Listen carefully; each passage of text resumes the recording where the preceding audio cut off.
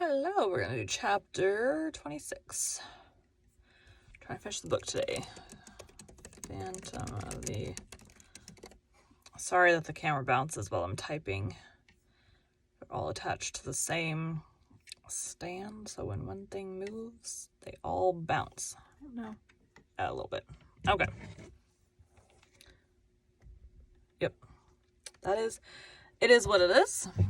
I love this stand, though, because my little desktop, my wood thing that I have my husband built into this closet for me, is literally 1 foot by 2 foot. That is the size of it. And I had to fit a laptop, preamp, iPad stand, phone stand, ring light. I had all those things fit. Plus tea. So it wasn't a lot of space. So with this thing, the only things now on my thing are my microphone stand, which is attached to it, and it's about like this big, the clip that goes on. And then the stand for this thing, which is about this big, that connects onto the desk, and then it's a pole that goes up. And then my preamp, which is like this big, is sitting on the desk. And then my cup, which is, a cup size. And everything can move. I can arrange it. They're all on arms that you can bend and move whichever way you want. So it's really nice. I like my iPad can now be closer. I was limited. The closer it is, the bigger the words are, the less mistakes I make, which is why I wanted it either I need to be able to blow up the words bigger or move the whole thing closer to my face. So now the thing is like, boop. It's like maybe a foot from my face, maybe a little more than a foot. So less mistakes. Fun. Let's go. Today we'll be continuing The Phantom of the Opera by Gaston Leroux. Chapter 26. The End of the Ghost's Love Story. The previous chapter marks the conclusion of the written narrative, which the Persian left behind him. Notwithstanding the horrors of a situation which seemed definitely to abandon them to their deaths, Monsieur de Chagny and his companion were saved by the sublime devotion of Christine Daae, and I had the rest of the story from the lips of the daroga himself.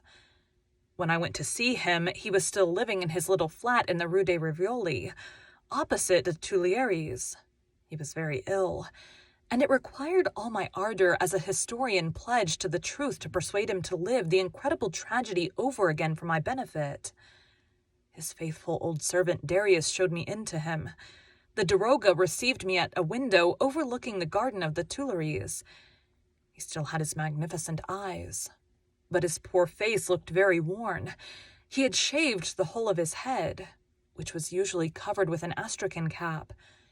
He was dressed in a long plain coat and amused himself by unconsciously twisting his thumbs inside the sleeves. But his mind was quite clear, and he told me his story with perfect lucidity. It seems that when he opened his eyes, the daroga found himself lying on a bed. Monsieur de Chagny was on a sofa beside the wardrobe. An angel and a devil were watching over them. After the deceptions and illusions of the torture chamber, the precision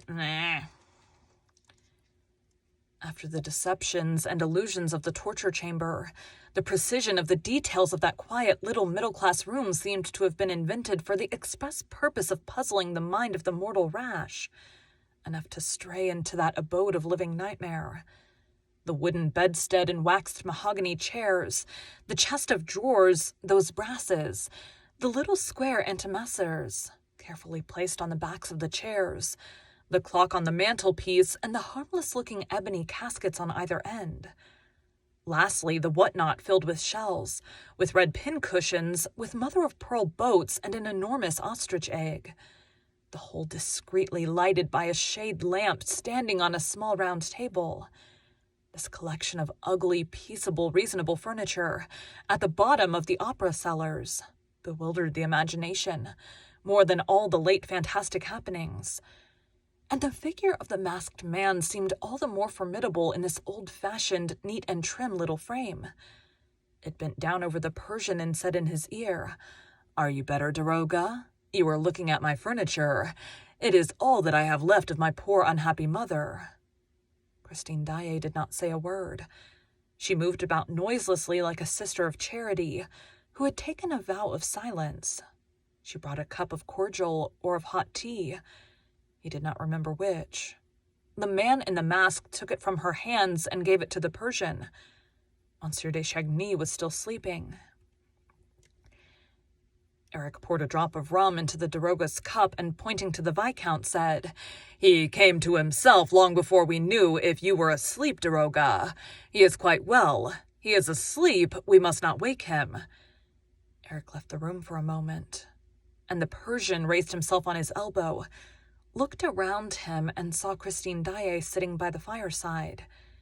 He spoke to her, called her, but he was still very weak and fell back on his pillow. Christine came to him, laid her hand on his forehead, and went away again, and the Persian remembered that as she went, she did not give a glance at Monsieur de Chagny, who, it is true, was sleeping peacefully, and she sat down again in her chair by the chimney corner, silent as a sister of charity who had taken a vow of silence. Eric returned with some little bottles which he placed on the mantelpiece, and again in a whisper so as not to wake Monsieur de Chagny, he said to the Persian after sitting down and feeling his pulse, "You are now saved, both of you, and soon I shall take you up to the surface of the earth to please my wife." Thereupon he rose, without any further explanation, and disappeared once more. The Persian now looked at Christine's quiet profile under the lamp. She was reading a tiny book with gilt edges, like a religious book. There are editions of the imitation that look like that. The Persian still had in his ears. The Persian still had in his ears the natural tone in which the other had said, "to please my wife." Very gently he called her again, but Christine was wrapped up in her book and did not hear him. Eric returned, mixed the daroga a draught, and advised him not to speak to his wife again, nor to anyone, because it might be very dangerous to everybody's health. Eventually the Persian fell asleep, like Monsieur de Chagny, and did not wake up until he was in his own room, nursed by his faithful Darius, who told him that, on the night before, he was found propped against the door of his flat, where he had been brought by a stranger who rang the bell before going away. As soon as the daroga recovered his strength and his wits, he sent to Count Philippe's house to inquire after the Viscount's health. The answer was that the young man had not been seen, and that Count Philippe was dead. His body...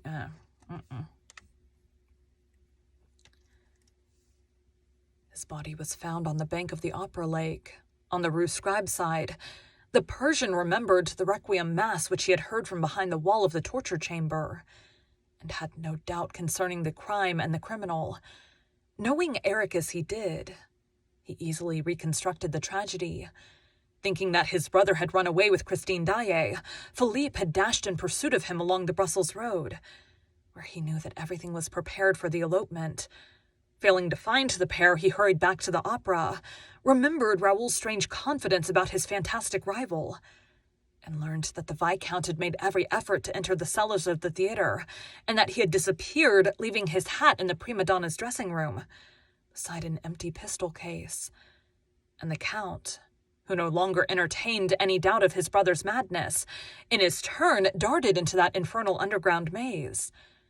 This was enough, in the Persian's eyes, to explain the discovery of the Count de Chagny's corpse on the shore of the lake, where the siren, Eric's siren, kept watch.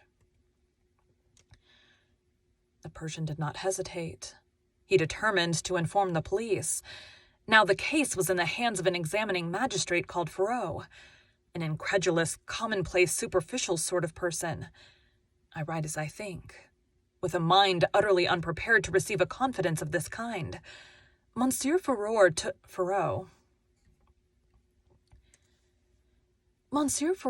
down the daroga's depositions and proceeded to treat him as a madman. Despairing ever obtaining a hearing, the Persian sat down to write. As the police did not want his evidence, perhaps the press would be glad of it. And he had just written the last line of the narrative I have quoted in the preceding chapters, when Darius announced the visit of a stranger who refused his name, who would not show his face and declared simply that he did not intend to leave the place until he had spoken to the daroga. The Persian at once felt who his singular visitor was, and ordered him to be shown in. The daroga was... The daroga was right. It was the ghost. It was Eric. He looked extremely weak, and leaned against the wall as though he were afraid of falling. Taking off his hat, he revealed a forehead white as wax. The rest of the horrible face was hidden by the mask. The Persian rose to his feet as Eric entered. "Murderer of Count Philippe! What have you done with his brother and Christine Daae?" Eric staggered under this direct attack, kept silent for a moment, dragged himself to a chair, and heaved a deep sigh. Then, speaking in short phrases and gasping for breath between the words, "Daroga, don't talk to me about Count Philippe. He was dead by the time I left my house. He was dead when the siren sang. It was an accident, a very sad accident. He fell awkwardly, but simply and naturally, into the lake." "You lie!" shouted the Persian. Eric bowed his head and said, "I have not come here to talk about Count Philippe, but to tell you that I'm going to die. Where are Raoul de Chagny and Christine Daae?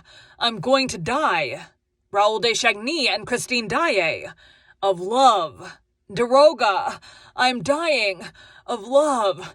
That is how it is." Oh my God. I need to breathe normally for a second.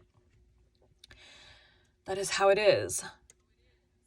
Loved her so, and I love her still, Daroga, and I'm dying of love for her. I tell you, if you knew how beautiful she was when she let me kiss her, alive, it was the first time, Daroga, the first time I ever kissed a woman. Yes, alive. I kissed her alive, and she looked as beautiful as if she had been dead. The Persian shook Eric by the arm. "Will you tell me if she is alive or dead?" "Why do you shake me like that?" asked Eric, making an effort to speak more connectedly. "I tell you that I'm going to die. Yes, I kissed her alive. And now she is dead? I tell you I kissed her just like that on her forehead, and she did not draw back her forehead from my lips. Oh, she's a good girl. As to her being dead, I don't think so, but it has nothing to do with me. No, she's not dead, and no one shall touch a hair on her head. She's a good, honest girl, and she saved your life, Daroga, at a moment when I would not have given 2 pence for your Persian skin. As a matter of fact, nobody bothered about you. Why were you there with that little chap? You would have died as well as he. My word, how she entreated me for her little chap. But I told her that as she had turned the scorpion, she had, through that very fact, and of her own free will, become engaged to me, and that she did not need to have 2 men engaged to her, which was true enough." I need a drink. It has turned around. There are little ... dots to tell you where to breathe while this guy is panting for breath. "As for you, you did not exist. You had ceased to exist, I tell you, and you were going to die with the other. Only mark me, Daroga. When you were yelling like the devil because of the water, Christine came to me with her beautiful blue eyes wide open, and swore to me, as she hoped to be saved, that she consented to be my living wife. Until then, in the depths of her eyes, Daroga, I had always seen my dead wife. It was the first time I saw my living wife there. She was sincere, as she hoped to be saved. She would not kill herself. It was a bargain. Half a minute later, all the water was back in the lake, and I had a hard job with you, Daroga, for upon my honor I thought you were done for. However, there you were. It was understood that I was to take you both up to the surface of the earth. When at last I cleared the Louis Philippe room of you, I came back alone. What have you done with the Viscount de Chagny?" asked the Persian, interrupting him. "Ah, you see, Daroga, I couldn't carry him up like that at once. He was a hostage, but I could not keep him in the house on the lake either, because of Christine. So I locked him up comfortably. I chained him up nicely. A whiff of the Mazadaran. Mazinderan. A whiff of the Mazinderan scent had left him as limp as a rag. In the communists' dungeon, which is in the most deserted and remote part of the opera, below the 5th cellar where no one ever comes, and where no one ever hears you. Then I came back to Christine. She was waiting for me. Eric here rose solemnly.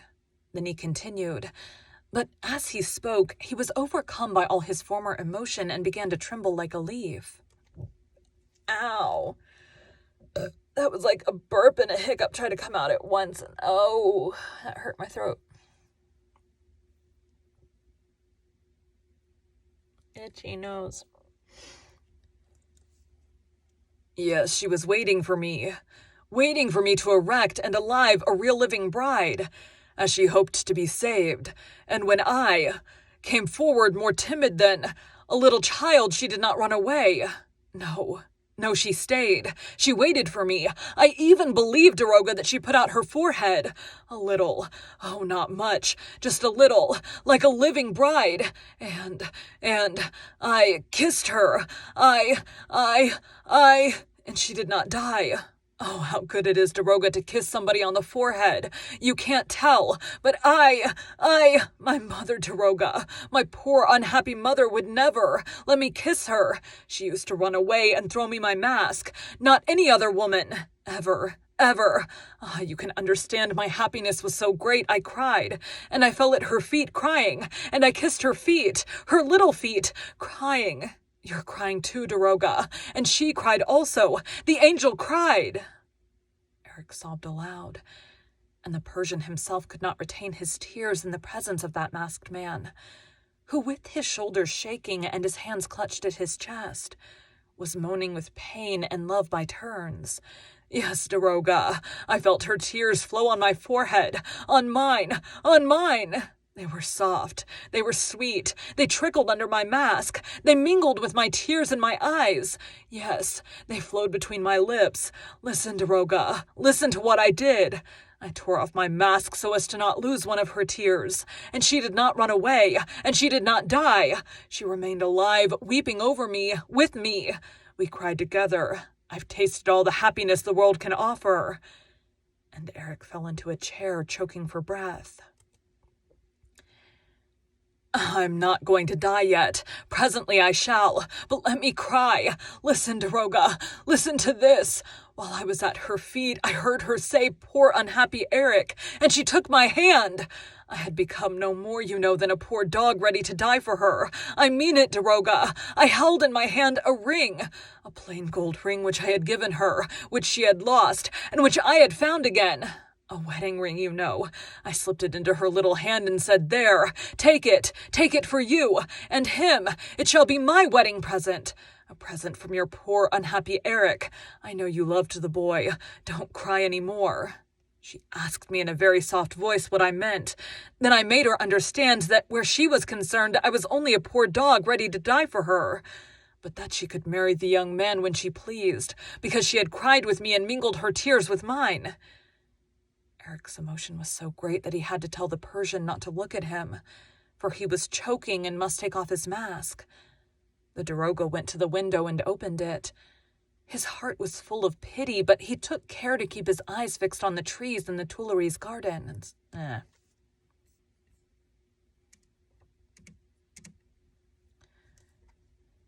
His heart was full of pity, but he took care to keep his eyes fixed on the trees in the Tuileries gardens, lest he should see the monster's face.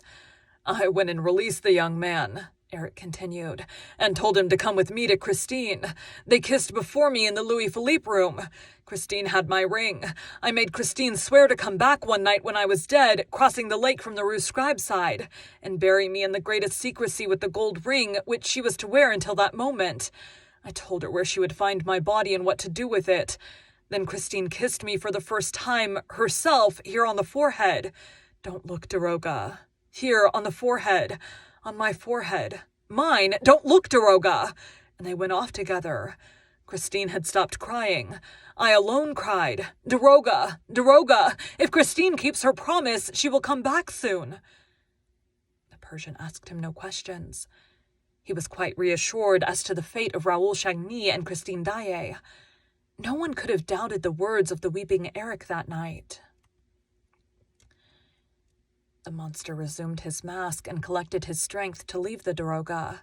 He told him that when he felt his end to be very near at hand, he would send him, in gratitude for the kindness which the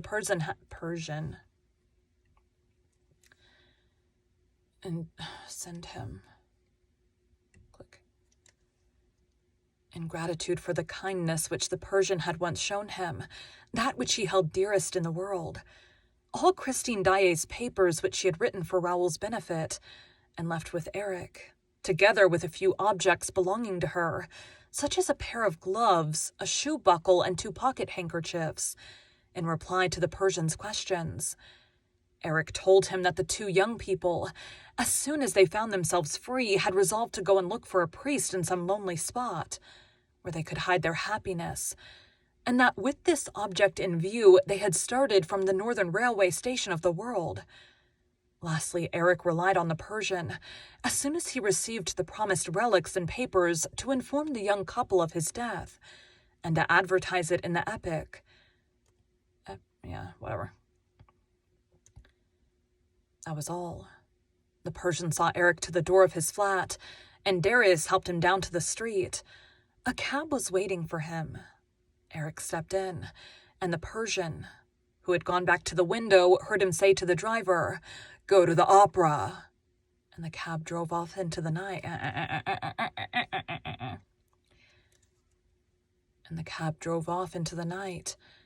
The Persian had seen the poor, unfortunate Eric for the last time. 3 weeks later, the Epic published this advertisement: "Eric is dead." All I have left is the epilogue. I'm going to go eat lunch and then finish the epilogue. Thank you for joining Bite at a Time Books today, while we read a bite of one of your favorite classics. Again, my name is Brie Carlisle, and I hope you come back tomorrow for the next bite of The Phantom of the Opera. All right. Save. All right, I am going to take a break. We are going to turn that off. All right. Gonna take a little bit of a break, probably for I don't know, as long as it takes me to make and eat lunch, I guess. I have about 40 minutes of audiobook to do today. I'm gonna finish the last chapter of Phantom. I was gonna do four chapters today, but then there's only 2 left. I haven't recorded. I missed Thursday. I had a work meeting, so I wasn't able to record that day. I don't typically record on Fridays, at least podcast chapters. So I didn't do any yesterday. I think there was another day that I missed too. And then I'll be missing this upcoming Monday because I have a chiropractor appointment, which I have once a month. Anyways, that's enough of my life schedule. So that is it. Thank you guys so much. We have just the epilogue to go, and then we will be finished with Phantom, and I will start recording. We're going to have 5 days of short stories, and then we will start our Christmas book, which I'm excited. It's a different one this year. It's a longer one this year.